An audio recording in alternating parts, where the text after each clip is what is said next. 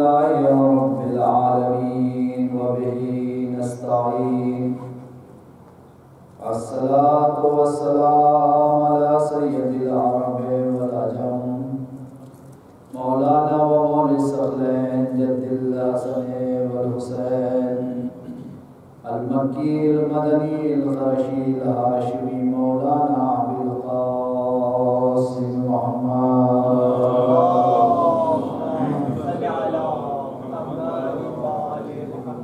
وعلى آله الطيبين الطاهرين المعصومين المنتخبين المنتجبين من الآن إلى قيام يوم الدين. أما بعد فقد قال إمام الحسن العسكري عليه السلام بسم الله الرحمن الرحيم سئل عنه بالفرق بين الشيعة والمحبين قال عليه السلام شيعتنا هم الذين يتبعون آثارنا ويطيعون في جميع أوامرنا وجميع نواهينا ومن خالفنا مما فرضه الله فليس من شيعتنا.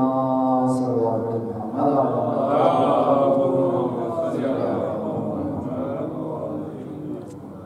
عزیزان گرامی بالخاطر بزرگان محترم بزرگان ملت ماتمداران سید الشہداء، آپ حضرات کی خدمت برکت میں آج کی شب شہادت کے عنوان سے امام حسن عسکری علیہ السلام کی شب شہادت اور ایام عزا 2025 کا یہ آخری مجلس اور توسع ہمارا،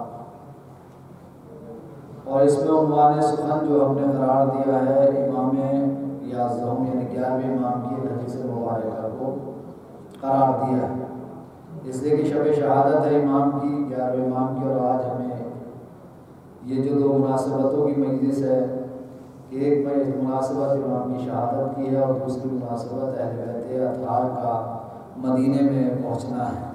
ان دونوں مناسبتوں کا پرسہ انشاءاللہ ہم اپنے وقت کے امام زمانہ صلی اللہ تعالیٰ خدمت میں کرتے ہیں اور کریں گے اس مجلس کے ذریعے، ماتم کے ذریعے، زداری کے ذریعے سے.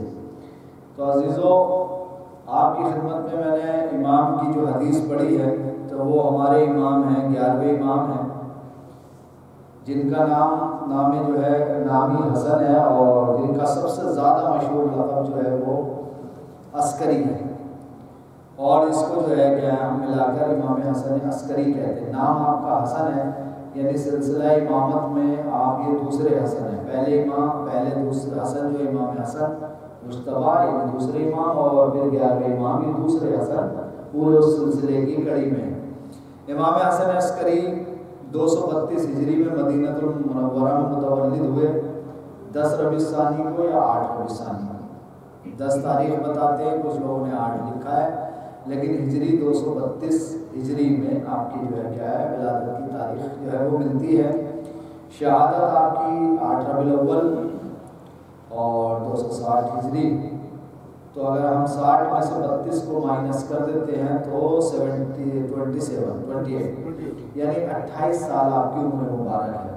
تو یہ جو ہمارے معصومین علیہ السلام ہیں، یا اماموں کی جو 12 اماموں کی جو کڑی ہے، ان 12 اماموں کی کڑی میں ہمارے دوسرے یہ امام ہیں جو کم ایج میں ہی جو ہے کیا ہے وہ شہادت کے درجے پر فائز ہو گئے تھے.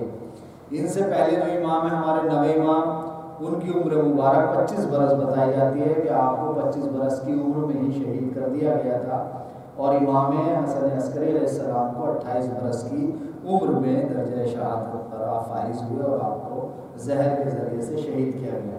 تو آپ کی عمر مبارک ہوئی 28 ایئرس. یعنی اگر معصومین کی ہم فہرست دیکھیں، معصومین تو 14 معصومین ہیں، تو ہمیں جو ہے پتہ چلے گا کہ پھر آپ تیسرے معصوم ہیں جن کی سب سے زیادہ جو ہے سب سے کم عمر ہے. پہلی جو ہے وہ معصومہ جناب فاطمہ زہرا سلام اللہ علیہا ہیں، جن کی عمر مبارک وقت شہادت 18 سال تھی، اور دوسرے امام محمد تقی جن کی عمر مبارک 25 سال، اور تیسرے امام حسن عسکری جن کی عمر مبارک 28 سال.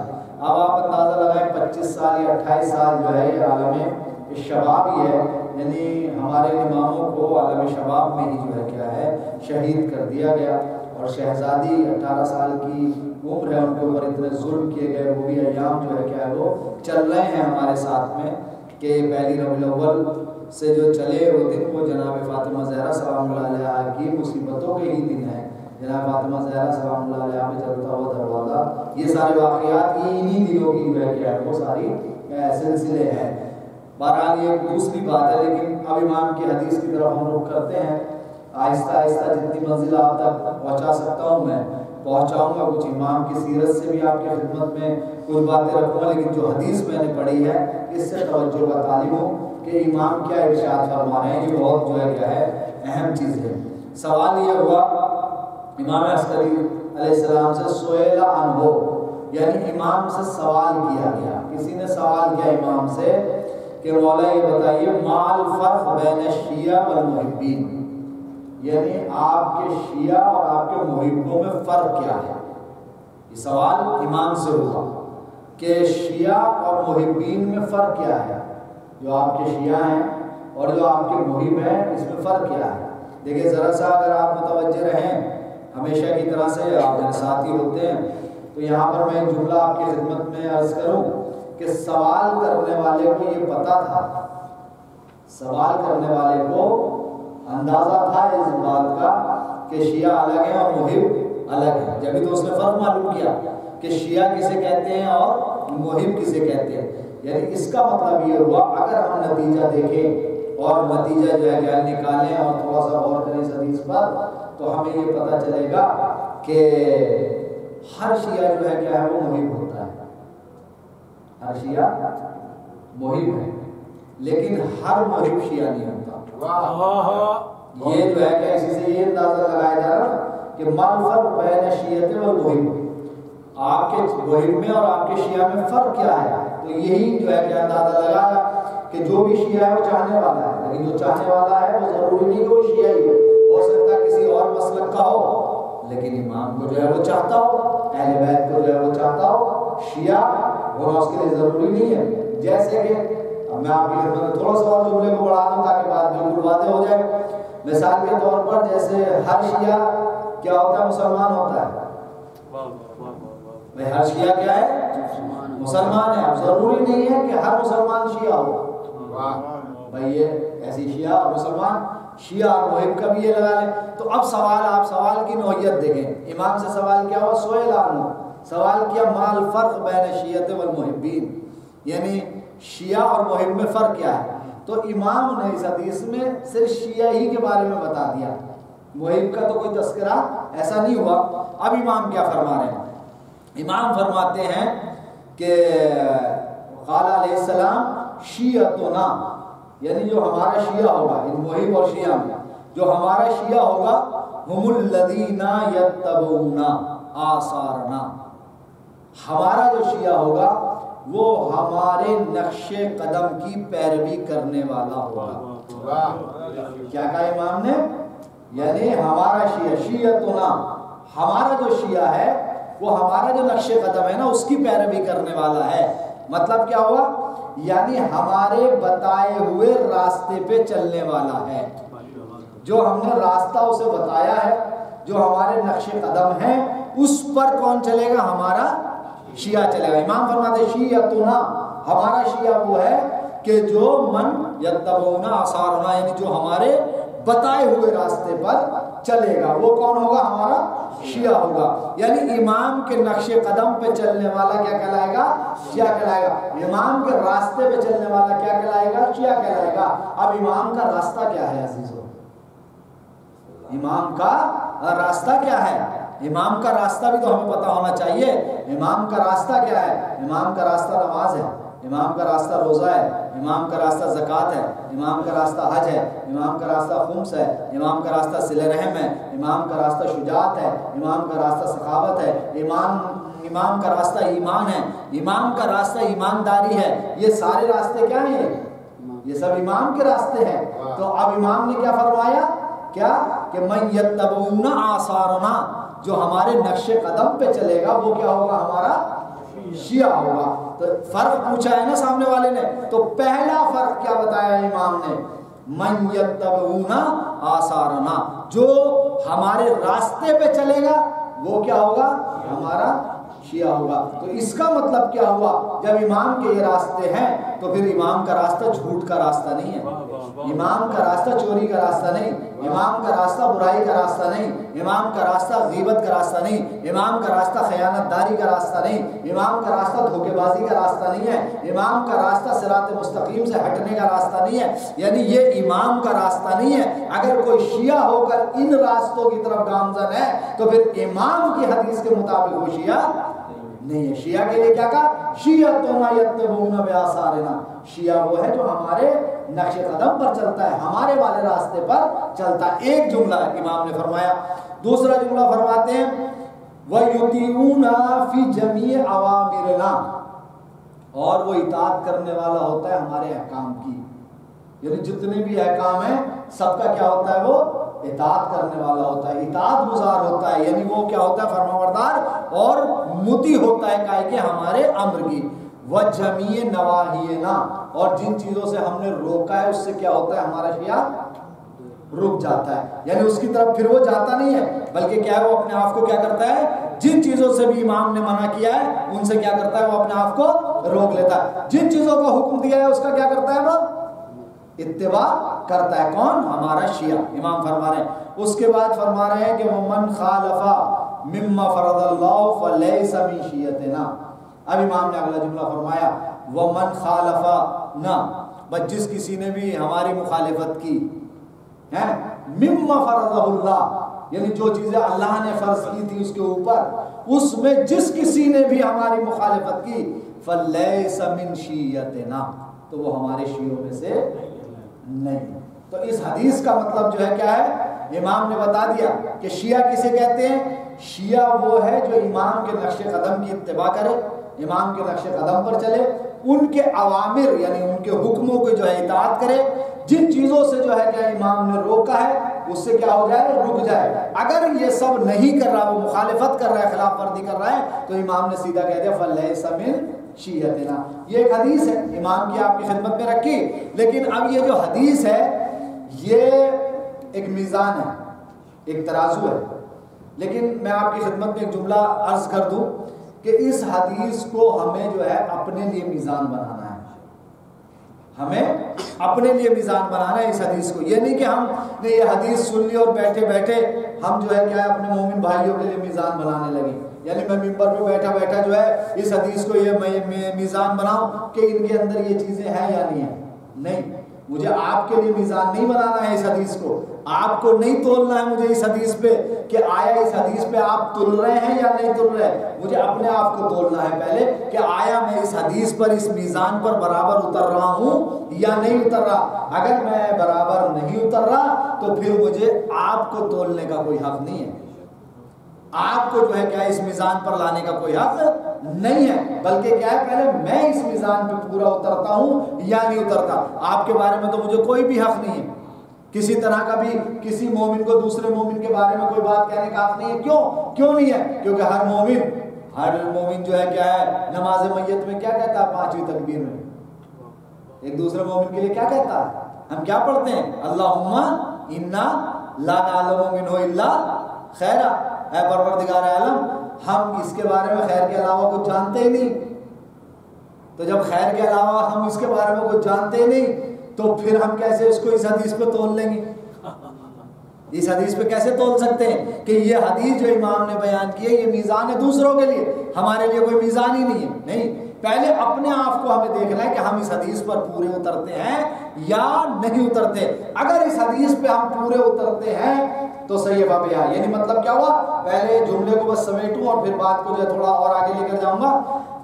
یہ ہے کہ پہلے انسان کو ائمہ معصومین کے اقوال اور احادیث کی روشنی میں اپنی اصلاح کرنی چاہیے, پھر اپنی اصلاح کے ساتھ پھر دوسروں کی اصلاح جو ہے کیا وہ کرنی چاہیے. پہلے اپنے لیے اس قول کو جو ہے وہ میزان بنانا چاہیے, پھر دوسروں کو جو ہے اس قول پہ لا کر جو ہے وہ تولنا چاہیے. لیکن ہوتا کیا ہے, ہم اپنے آپ کو نہیں دیکھتے بلکہ جو ہے کیا دوسروں کو جو ہے کیا ہے اس پر تولنا شروع کر دیتے ہیں. جبکہ یہ ایک عقلی بات ہے, کہ اگر آپ کسی پر ایک انگلی اٹھاؤ گے تو کچھ انگلیاں ہیں جو آپ کی طرف بھی اشارہ کر رہی ہیں، کچھ انگلیاں ہیں جو آپ کی طرف بھی اشارہ کر رہی ہیں کہ کسی پر جو انگلی اٹھانے سے پہلے یہ دیکھو کہ ہمارے اندر کتنی برائیاں ہیں، انہیں کوشش کرنی چاہیے کہ ہمیں برائیاں وہ جو ہے ہماری ختم ہو جائیں۔ کیوں؟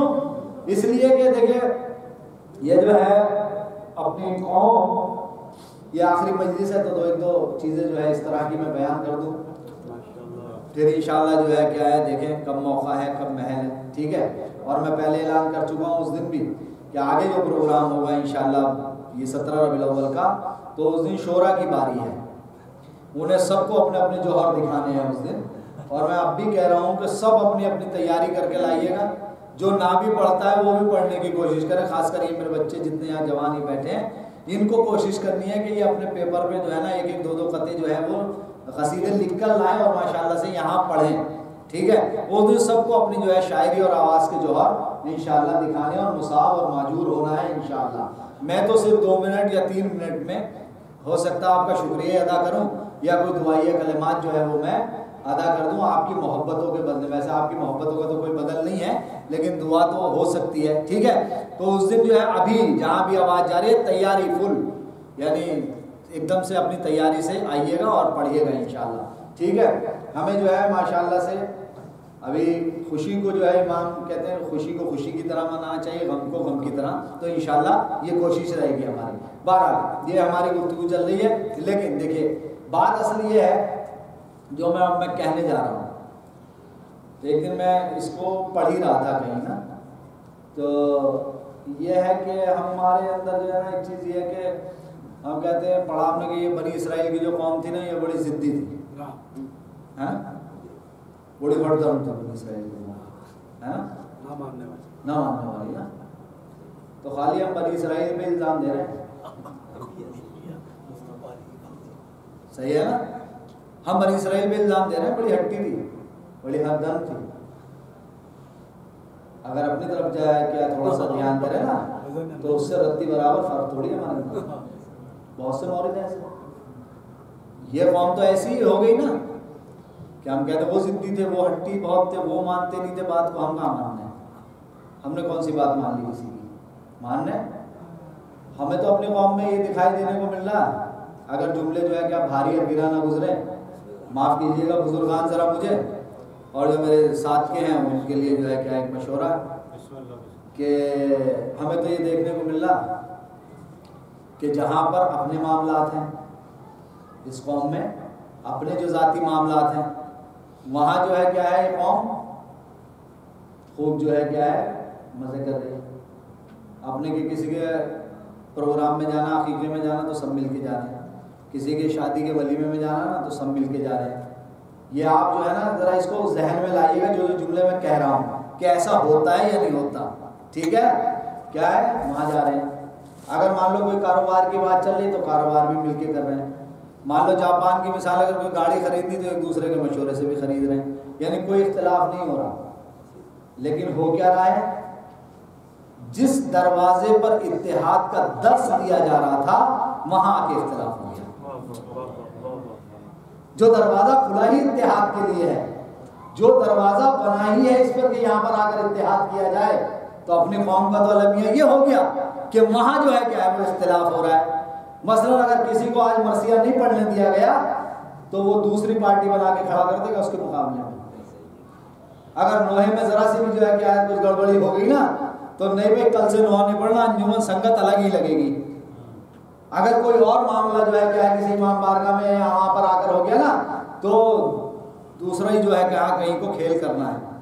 بات اصل یہ ہے، دیکھو اب جملہ جو نتیجہ ہے وہ دینے جا رہا ہوں، بات اصل یہ ہے کہ 1 2 3 4 مجلسوں کا ہونا برا نہیں ہے، یعنی ہم اختلافات کر کے 5 مجلسیں کر لیں، بات جو ہے وہ اختلاف کی یہ مجلسوں کے قائم ہونے کی نہیں ہے۔ میرے جملے غور سے سنیے گا، غلط مطلب مت نکالیے گا کوئی، میں آپ کے ذہنوں کا ذمہ دار نہیں، اپنے ایک حق پہنچانے کا ذمہ دار ہوں کہ مثلا ایک یہاں اور ایک وہاں اور کوئی وہ نہیں ہے، ثواب ہی ہے جہاں فرش اعضاء پر بیٹھا جائے، لیکن اس مجلس کا جو ہدف ہے وہ پامال نہ کریے گا۔ ہماری قوم کو وہ پامال نہیں کرنا چاہیے، اس لیے کہ امام حسین کا دروازہ کائے کا دروازہ ہے؟ اتحاد کا دروازہ ہے۔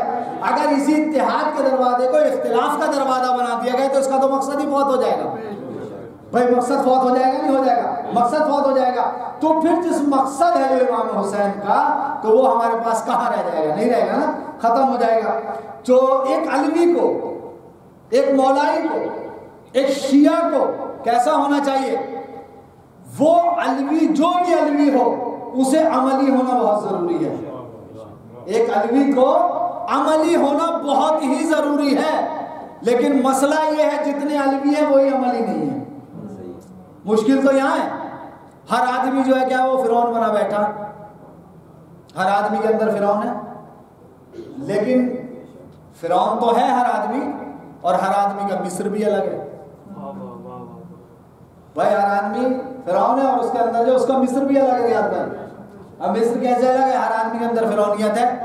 کسی کا مصر مثلا اس کا گھر ہے، وہ وہاں فرعونیت دکھا رہا، کسی کا مصر اس کی بیوی ہے، وہ اس پہ فرعونیت دکھا رہا، کسی کا مصر اس کے بچے وہ ان پہ فرعونیت دکھا رہا، کسی کا مصر اس کا خاندان ہے وہ ان پہ فرعونیت دکھا رہا، کسی کا مصر اس کا جو ہے کیا محلہ ہے وہ ان پہ فرعونیت دکھا رہا، کسی کا مصر جو اس کا بینک بیلنس ہے اس پہ اکلا چلا جا رہا۔ تو اسے مارنا پڑے گا۔ اگر یہی ہے ہمارے اندر تکبر اور گھمنڈ اور یہ ہے تو پھر اسے تو مارنا پڑے گا۔ اور میں ایک جملہ اور ترقی دے کے جو ہے کیا یہاں پر کہہ دوں کہ اگر 2 مہینہ 8 دن کی جو ہے ان مجلسوں سے ہمارے اندر کوئی فرق نہیں آیا نا تو عزیزوں کچھ نہیں کیا ہم نے، کیونکہ یہ مجلسیں ہیں ہی بدلنے کے لیے، یہ مجلسیں ہیں ہی چینج کرنے کے لیے۔ اگر ہم چاند رات کی مجلس میں جیسے آئے تھے اور آج کی مجلس میں بھی ویسے ہی اٹھ کے چلے جائیں اور کوئی چینج نہیں لا سکے تو آپ ایمانداری سے بتائیے گا کہ کتنا فائدہ۔ پھر حقیقت میں جو ہے کہ وہ ہمیں ماتم کرنا چاہیے، الوداع یا حسین، الوداع یا حسین۔ حسین الوداع نہیں ہو رہے ہیں، یہ مجلسیں تو ہوتی رہیں گی، یہ ماتم تو ہوتے رہیں گے۔ اب ہم کیا کرتے ہیں آج کے دن جو ہے کیا حسین کو الوداع کر دیتے ہیں، 9 ربیع الاول آتی ہے تو ہمارا ہر مومن یہ سوچتا ہے کہ آج تو ہمارے گلے سے پٹا ہی کھل گیا، جو کرنا حدود اللہ کو پامال کر دیتا ہے۔ گالیاں، برے فحش کلام، یہ تو اسلام نے منع کیا، یہ تو اسلام منع کر رہا نا۔ لیکن ہوتا کیا دیکھنے میں ہمارے ملکوں میں کیا آتا ہے؟ اکثر دیکھنے میں آتا ہے بھائی 9 ربیع الاول آ گیا، اب بس ختم، جو تھا ہو گیا، کالے کپڑے تو اتار دیے نا ہم نے، اب دیکھتے ہیں ایسی تیسی کر کے رکھ دیتے ہیں سامنے والے کی۔ اچھا بات یہ ہے کہ برے الفاظ، برے لفظ جو ہے زبان سے ادا کرتے ہیں، بھائی لعنت کو تو قرآن نے کہا ہے، لیکن یہ جو برے الفاظ ہم مان لو اپنے یہاں وطنوں میں چوراہوں پر ادھر ادھر کھڑے ہو کر کہہ رہے ہیں برے الفاظ، بتانا کون سن رہا؟ اگر گھر ہمارے برابر میں تو شاید ہمارے گھر کی محترم خواتین ہی سن رہی، لیکن ہوتا ہے نہیں ایسا۔ بھائی اس کی طرف بھی تو متوجہ ہونا چاہیے ایک مومن کو۔ بھائی امام یہ تھوڑی بتا رہے تھے، میں نے کیا کہا ہر انسان اپنی جگہ جو ہے فرعون بنا پڑا ہے۔ ایک علی کا چاہنے والا اگر اپنے اندر کا مرہب نہیں مار سکا نا تو پھر اس کا علی کا چاہنے والا ہونے کا کوئی بھائی اپنے اندر کا اگر ہم مرہم نہیں مار سکے تو پھر ہمیں جو ہے کیا ہے مرہم کیا تھا؟ وہ مرہم تھا کیا؟ وہی تکبر، وہی غرور، وہی اکڑ، وہی گھمنڈ تھی نا، اس کے اندر یہی تو تھا۔ اگر ہمارے اندر بھی یہ چیزیں ہیں تو پھر ہمارا علی کا ہونے کا فائدہ، علی والا ہونے کا کوئی فائدہ نہیں ہے۔ ہمیں اپنے اندر کے مرہب کو مارنا ہوگا، جب تک وہ مرے گا نہیں جب تک ہم علی والے ہوں گے۔ کیوں؟ اس لیے کہ مولا کائنات سے زیادہ شجاع نہیں تھا کوئی، تھا کوئی مولا کائنات سے زیادہ شجاع؟ کوئی نہیں تھا، لیکن کیا مولا کائنات اتنے بڑے شجاع تھے تو سب کو قتل ہی کرتے پھر رہے تھے؟ ہیں بتائیے، اتنے بڑے شجاع، ان سے بڑا بہادر تھا عرب کی سرزمین پہ نہیں تھا نا؟ تو پھر آپ نے دیکھا کوئی پڑھی تاریخ آپ نے کہ جسے چاہنے والا علی نے مار دیا؟ بھائی علی کی سیرت تو یہ ہے کہ عمر بن عبد ود نے اگر علی کی شان میں گستاخی کی ہے نا تو علی اس کے سینے سے اتر کے آ گئے تھے۔ یہ ہے علی کا کردار، جب سینے سے اتر کے آ گئے نا تو کسی نے کیا پوچھا، علی ایسا موقع ہاتھ سے جانے دیا، ایسا موقع گوا دیا؟ تو مولا علی نے کیا کہا کہ علی نے کوئی کام اپنی ذات کے لیے کیا ہی نہیں، جو بھی کام کیا ہے وہ اللہ کے لیے کیا ہے، اللہ کی ذات کے لیے کیا، میں نے اپنے لیے تو کوئی کام کیا ہی نہیں۔ جب علی نے اپنے لیے کوئی کام ہی نہیں کیا تو پھر ایک علی والے کو بھی یہ سوچنا چاہیے کہ اپنی ذات کے لیے کیا کرنا ہے، جو بھی کرنا ہے ذات اللہ کے لیے کرنا چاہیے، اللہ کی ذات کے لیے کرنا چاہیے۔ اور ایک بات بتاؤں میں عزیزو، یہ علی کا عمرو بن عبد ود کی گستاخی کے بعد سینے سے اتر جانا دنیا کے سارے جنگجوؤں پہ سب سے زیادہ بھاری پھیلتا ہے۔ بتائیے کوئی ہے ایسا جنگجو جو کیا نام ہے علی کا مقابلہ کر لے گا؟ علی کی ذات کا تو مقابلہ ہی نہیں ہے، کسی طرح کا کوئی مقابلہ نہیں۔ مالک اشتر ہے کیا صفین میں گننے لگے، میں نے اتنے مارے، میں نے اتنے مارے، سوچ رہے ہیں وہ بھی علی کے سامنے سوچ رہے ہیں کہ اگر ایک اور مار دیتا تو مولا کے برابر آ جاتا، ایک اور مار دیتا۔ مولا نے کہا کیا سوچ رہا مالک کیا سوچ رہے ہو؟ کہا مولا نے کچھ نہیں سوچ رہا۔ کہا مالک کچھ تو سوچ رہا، یہی سوچ رہا ہو نا کہ اگر ایک اور مار لیتے تو علی کے برابر ہو جاتا، بھائی یہی سوچ رہا ہو نا۔ کہا مالک تم نے یہ نہیں سوچا، تم نے گاجر مولی کی طرح کاٹے ہیں، میری تلوار تو نسلیں دیکھ کر چل رہی تھی۔ اچھا یہ جملہ بھی جو ہے کوئی جذباتی جملہ نہیں آتی ہو، یہ جملہ جذباتی جملہ نہیں۔ آپ اس جملے کو کبھی سوچنا بیٹھ کے کہ علی کی تلوار نسلیں دیکھ کر چلتی تھی، صحیح ہے نا، چلتی تھی نا علی کی تلوار۔ اب آپ اس جملوں سے سمجھنا، اس کو کھلوانا نہیں پوری ہسٹری نا، صرف جملوں سے سمجھنا۔ علی کی تلوار نسلیں دیکھ کر چلتی تھی نہیں چلتی تھی، یہ جملہ جذباتی نہیں ہے کہ ہم نے جذبات میں کہا ہے۔ اب بہت سے موقع ایسے آئے کہ علی نے تلوار ہی نہیں اٹھائی۔ بھائی اگر یہ جملہ پہنچ جاتا تو پوری تاریخ پہنچا دی بھائی، ہے نا یہ جملہ کہ علی کی تلوار نسلیں دیکھ کر چلتی تھی۔ بہت سے موقع آئے علی نے تلوار ہی نہیں اٹھائی، تو یعنی اس کا مطلب یہ ہے کہ تلوار بھی دیکھ رہی ہے اور علی بھی دیکھ رہے ہیں کہ اس کی نسل میں کوئی مومن آنے والا ہے۔ صلوات پڑھ دے محمد آل محمد کے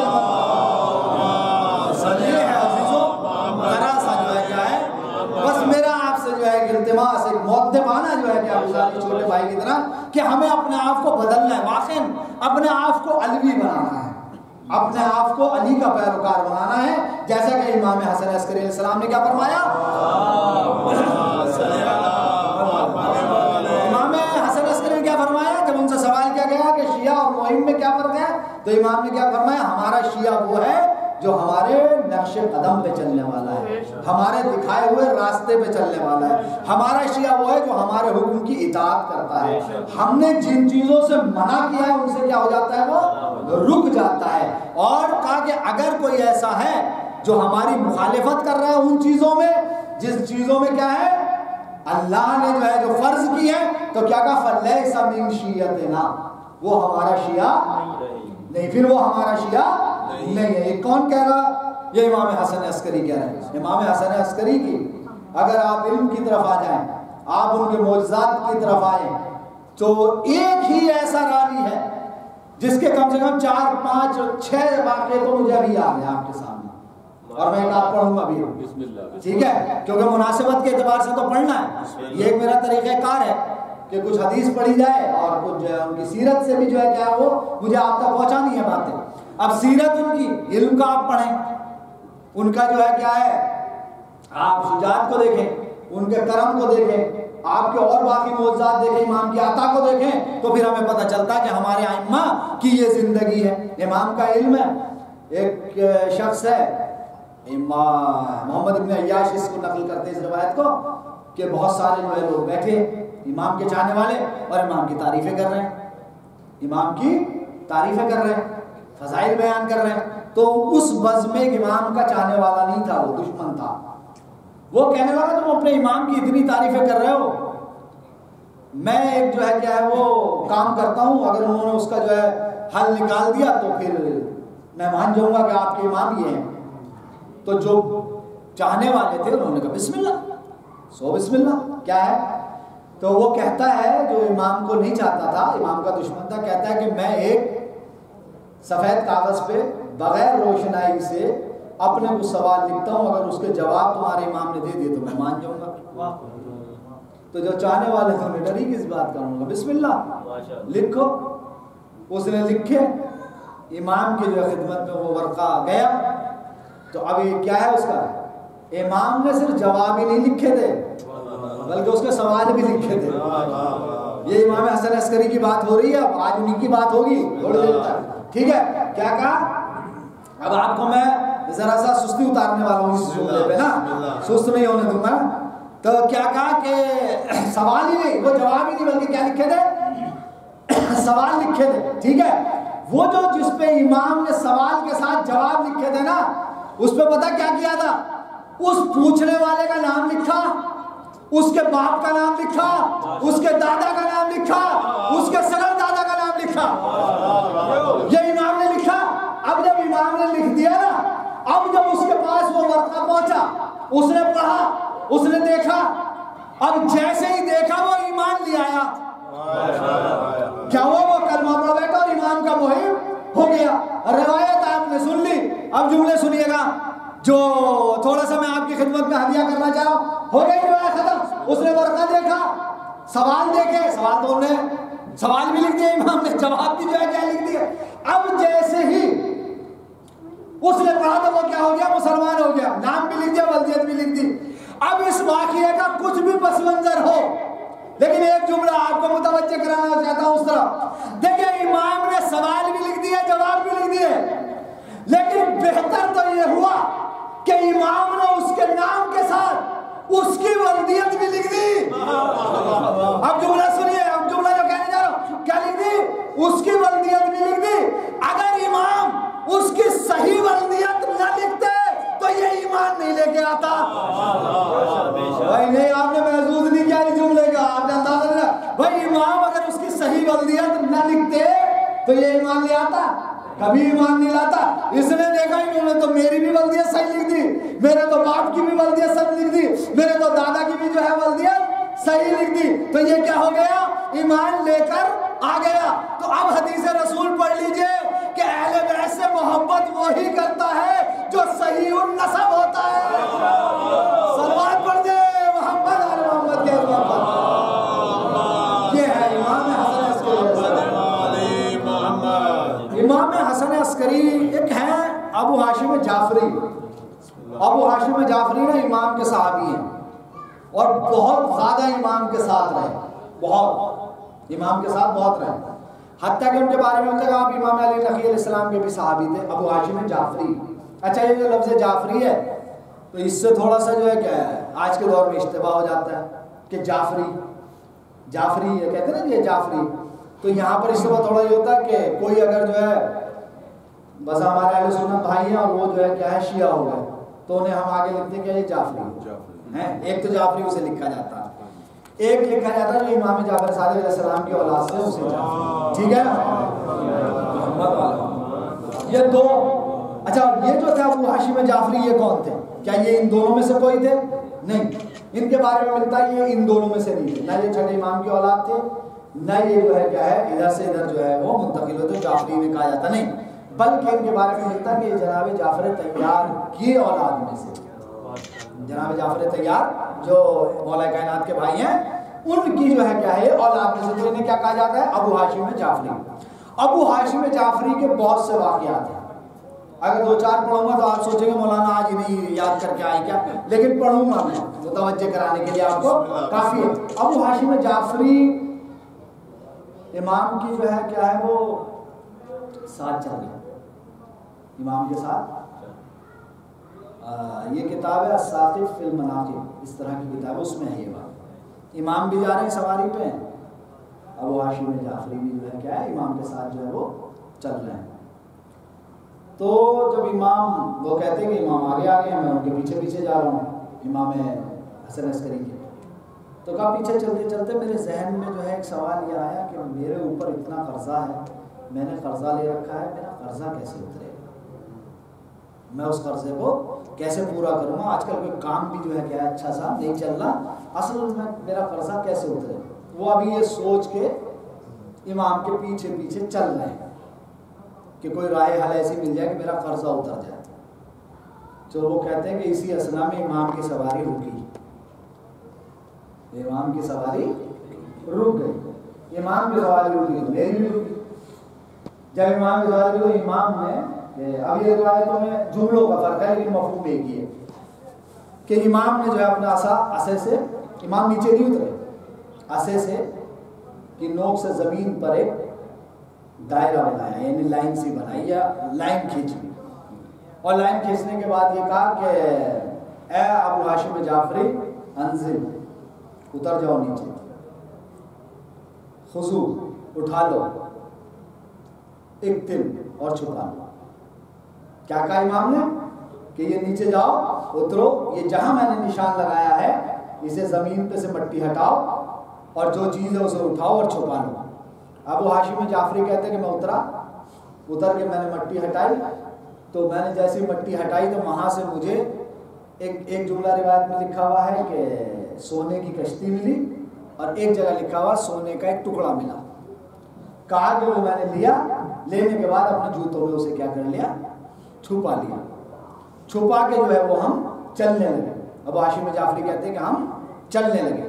اب جیسے ہم چل رہے تھے تو میں نے پھر سوچا کہ یہ جو مجھے ٹکڑا ملا ہے، یہ ٹکڑا میرے قرض کو پورا کر دے گا یا نہیں، یعنی اتنا ہے اس کا وزن کہ میرا قرض بھی اتر جائے اور ہو بھی جائے۔ کہا میں نے اچھا اگر میرا قرض اتر بھی گیا تو اب سردی آ گئی تو مجھے کپڑے خریدنے، آج کے دور میں کمبل لینے، جیکٹ لینی، جوتے لینے، موزے لینے، دسو کام ہے، سردی کب آنے والی ہے سردی، تو وہ یہ سوچنے لگے تو پھر اس کا میں کیا کروں گا، اگر یہ سونا اتنا پورا ہو بھی گیا میرے قرضے کا تو آگے وہ جو خرچے آ رہے ہیں اخراجات میں، اس کا کیا کروں گا۔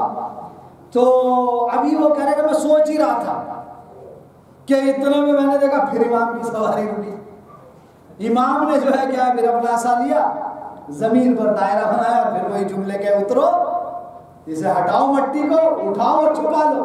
کہ اب جو میں اترا، میں نے مٹی ہٹائی، اور مٹی جب ہٹائی میں نے تو اس کے اندر سے میں نے دیکھا کہ چاندی کا ایک ٹکڑا نکلا یا چاندی کی کشتی نکلی، میں نے وہ اسے لیا۔ امام نے کیسے چھپا لو، کہا میں نے بھی اسے بھی چھپا لیا۔ اب ہم چلنے لگے، چلتے چلتے ہم ایسی جگہ پر پہنچے کہ جہاں امام کا راستہ اپنے گھر کی طرف تھا، میرا راستہ اپنے گھر کی طرف تھا۔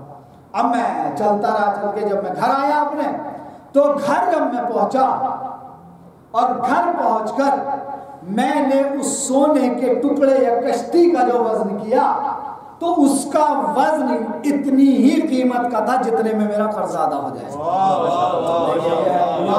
امام کا موضوع ہے کیا کہا کہ اس کا وزن اتنی ہی قیمت کا تھا جتنے میں کیا ہو جائے، میرا قرضہ ادا ہو جائے۔ کہا کہ میں نے اسے رکھا۔ اب جو میں نے چاندی رکھی، چاندی کا جو وزن کیا تو وہ اتنی ہی قیمت کی وزن کی نکلی جتنے میں میرے سردی کے کپڑوں کا ان کا انتظام۔ یہ کون ہے؟ یہ ہے امام کا معجزہ۔ یعنی ابھی وہ سوچ رہا ہے، اس نے کہا بھی نہیں ہے، وہ سوچ رہا ہے۔ یہی ابو ہاشم جعفری ہے، قید میں، امام کے ساتھ قید میں بھی رہے ہیں نا، میں نے کہا نا امام کے ساتھ بہت رہے۔ اب یہ قید میں امام کے ساتھ پریشان ہے، قید میں۔ ایک بار ان کے ذہن میں یہ آیا کہ بھائی قید میں ہوں، بڑی مشقتیں ہیں، صحبتیں بہت ہیں، پریشانیاں بہت ہیں، کیوں نہیں امام کو جو خط لکھا جائے کہ یہاں سے کوئی آزادی کا انتظام ہو جائے۔ کہا کہ میں نے خط لکھنا شروع کیا امام حسن عسکری کے نام کہ مولا مجھے یہاں سے نکلوائیے۔ کہا جب میں لکھ رہا تھا تو میرے ذہن میں ایک خیال یہ آیا، اچھا اگر میں یہاں سے چلا گیا تو میرے پاس تو کچھ ہے ہی نہیں، میرے پاس تو جیب میں کچھ ہے ہی نہیں، میں تو خالی ہوں۔ گھر چلا گیا تو گھر خرچہ کیسے چلے گا، میں خرچے پہ کیسے پورے ہوں گے، یہاں سے چلا تو جاؤں گا قید خانے سے، لیکن میرے خرچے کیسے پورے ہوں گے۔ اچھا اب یہ لکھنے جا رہا ہے، لیکن لکھتے لکھتے اس نے اپنے قلم کو روک لیا۔ ابو ہاشم جعفری نے یہ جملہ ہی نہیں لکھا۔ اس نے کیوں نہیں لکھا؟ شرما کے نہیں لکھا۔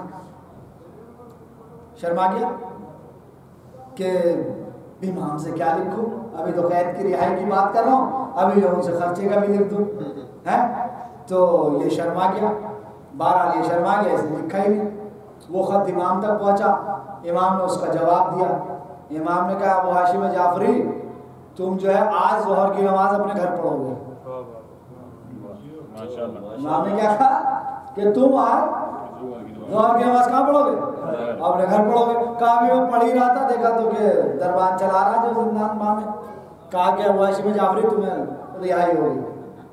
کہا میں گھر کی طرف نکلا۔ ابو ہاشم جعفری کہتے کہ جیسے ہی میں گھر میں پہنچا، ابھی گھر میں داخل ہی ہوا تھا کہ پیچھے سے امام کا ایک خادم آیا، اس کے ہاتھ میں ایک رقعہ تھا، رقہ یعنی ایک کاغذ کا ٹکڑا تھا اور 100 دینار وہ لے کر آیا اور اس نے میرے ہاتھ میں دے دیا کہ یہ امام کی طرف سے تمہارے لیے ہے.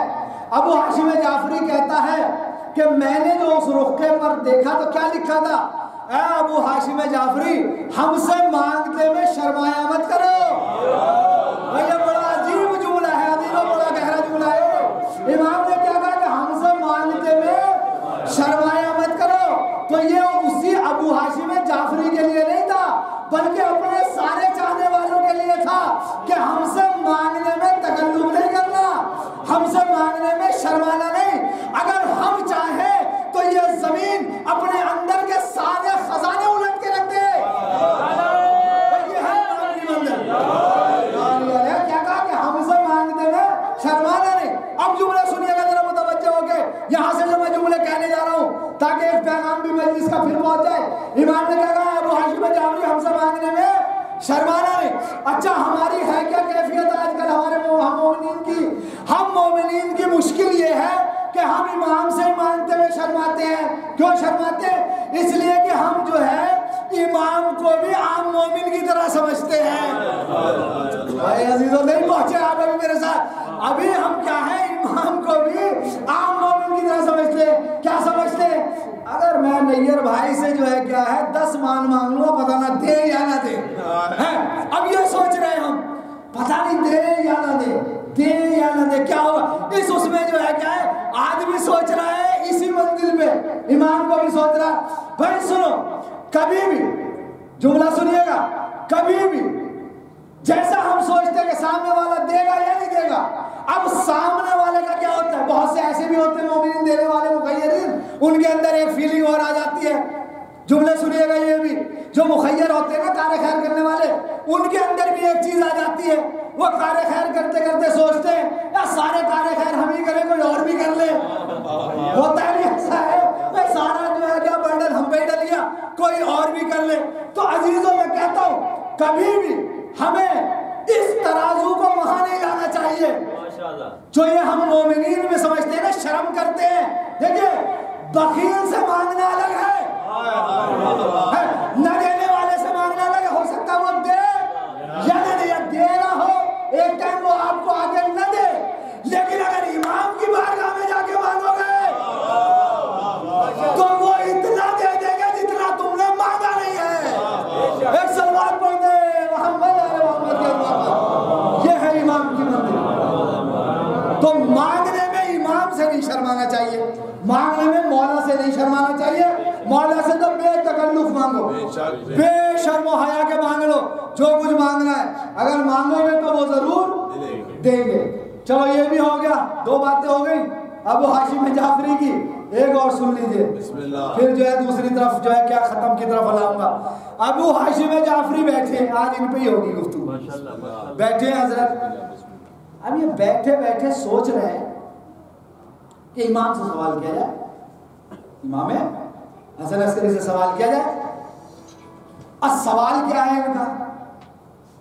یہ سوچ رہے ہیں کہ یہ جو قرآن کے بارے میں ہے، یہ قرآن جو ہے مخلوق ہے، یعنی اللہ نے اسے خلق کیا، یہ مخلوق نہیں ہے. قرآن کے لیے سوچ رہے ہیں. اچھا سوچ رہے کیا پوچھوں نہ پوچھوں، اسی اس میں ہے. ابھی کوئی زبان پہ کچھ بھی نہیں ہے، ابھی صرف سوال ذہن میں گھوم رہا کہ امام سے یہ پوچھوں یا نہیں پوچھوں، یہ سوال کروں یا نہیں کروں. قرآن مخلوق ہے یا مخلوق نہیں ہے. اچھا یہاں ایک جملہ متنازع طور پہ کہہ دوں کہ جملہ یہ ہے کہ اس کے بارے میں بحث ہے، علماء نے اس میں بحث کی ہے کہ آیا یہ مخلوق ہے یا مخلوق نہیں ہے. اس کے بارے میں ایک الگ بحث ہے، یہ تفصیلی بحث ہے. لیکن جملے سنیے. اب یہ سوچ رہے ہیں، لیکن یہ کہتے ہیں اسی اسنا میں سوچ ہی رہا تھا. ایک مرتبہ امام نے کہا ابو ہاشم جعفری ہمارے جد کا قول یاد نہیں ہے تمہیں؟ ایک مرتبہ کہتے ہیں ابو ہاشم جعفری، میں متوجہ ہوا تو امام حسن نے عسکری کہنے لگے کیا تمہیں ہمارے جد یعنی چھٹے امام کا قول تمہیں یاد نہیں ہے؟ ابو ہاشم جعفری نے کہا کہ کیا قول ہے، کیا قول ہے؟ تو امام نے متوجہ کرایا کہ ابو ہاشم جعفری ہمارے جد نے کیا کہا. کس نے؟ چھٹے امام نے کیا کہا کہ جب اللہ نے قرآن کو نازل کیا، قرآن کو نازل کیا تو خلق لہا اربعۃ آلاف جناح. جملے سنیے گا، حدیث کے جملے پڑھنے جا رہا ہوں. کیا کہا کہ جب اللہ نے قرآن کو نازل کیا، نہیں قرآن کو، سورہ توحید کو، سورہ اخلاص کو، یعنی سورہ قل هو اللہ کو جب نازل کیا تو اللہ نے اس کے کتنے 4000 پنکھ بنائے، خلق کیے. کتنے؟